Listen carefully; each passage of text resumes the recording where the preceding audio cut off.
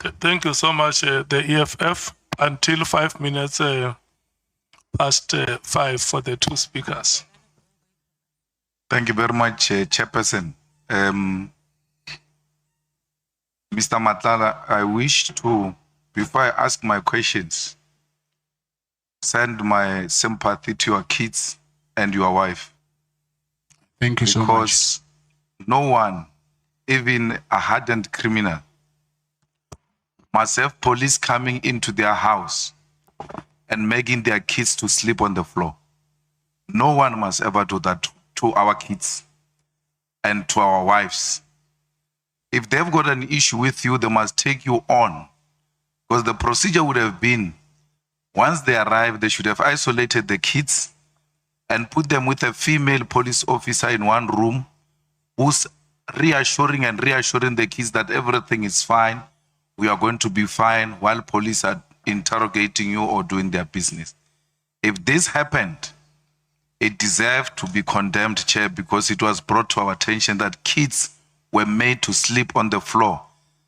As Black people, we have inherited trauma, and no one must pass that trauma to our children.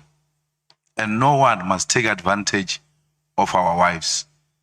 Whatever we do on the streets is between us and the streets and has got nothing to do with our children. And police must understand that wherever they are, that no one must ever take advantage of young kids. How do you put a child on the floor and point a child with a firearm? It is uncalled for, even if they are looking for the most dangerous criminal. That must never be done to children. I thought I must make that statement before I proceed. Mr. Matlala, just tell me your place of birth. I was born in Seshego, but in Pietersburg Hospital, Provincial Hospital. Where were you born? I was born in Mamelodi. Yeah, which hospital?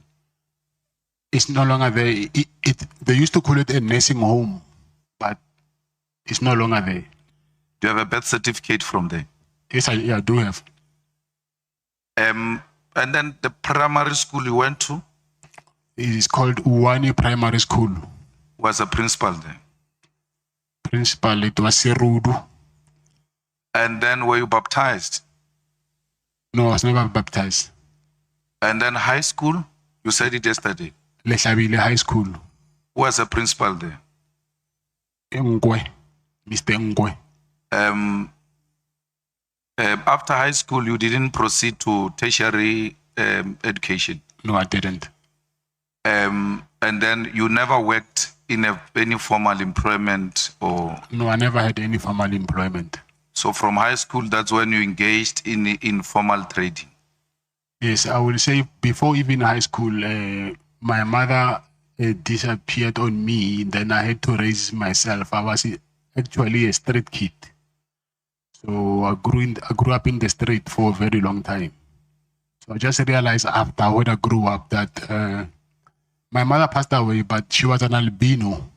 And I heard later that she was raped because there was this myth that if you can rape an albino, then you can get cured for whatever. And then that thing traumatized her a lot that she disappeared. And when I found her, she was terminally ill. And then I think it was 2002 when I found her through a friend. It was very late and then she passed on. But all along, I was a street kid. I'm sorry to hear that. Now, Dlamenis have got some roots in Swaziland. Yes. And you said to us your grandmother is from, is a Dlamini. Yes. Did they have a place in Swaziland, or was she originally from there? No, KZN.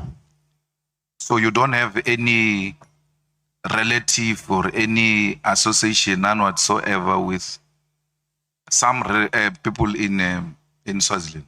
No, I don't have. So when you travel to Swaziland now, what were you traveling for? What purpose? It was I was invited to the king's birthday. Oh, so you know the king? And the queen mother. Yes. But I was invited by the Queen Mother. oh, so you know the Queen Mother. Yeah, but it was the birthday of the king. But I went there Through the Queen Mother. Yes. You were a guest of a Queen Mother. Yes. So this ID that has got your picture and the ID number that is similar to yours and all of that, what is the story there? I don't have an ID for Eswatini. So that thing was fabricated so that they can deny me bail.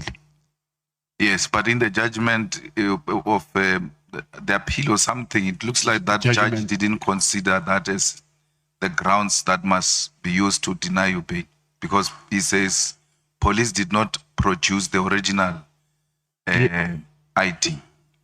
Yes, if I'm not wrong. Yes, on the judgment they said that I've traveled to Eswatini using that fraudulent ID, but which is, we know, is impossible. You cannot pass a border with an ID. That thing is not a traveling document. So they said that. And another thing is, when I came back, unfortunately, they didn't stamp my passport.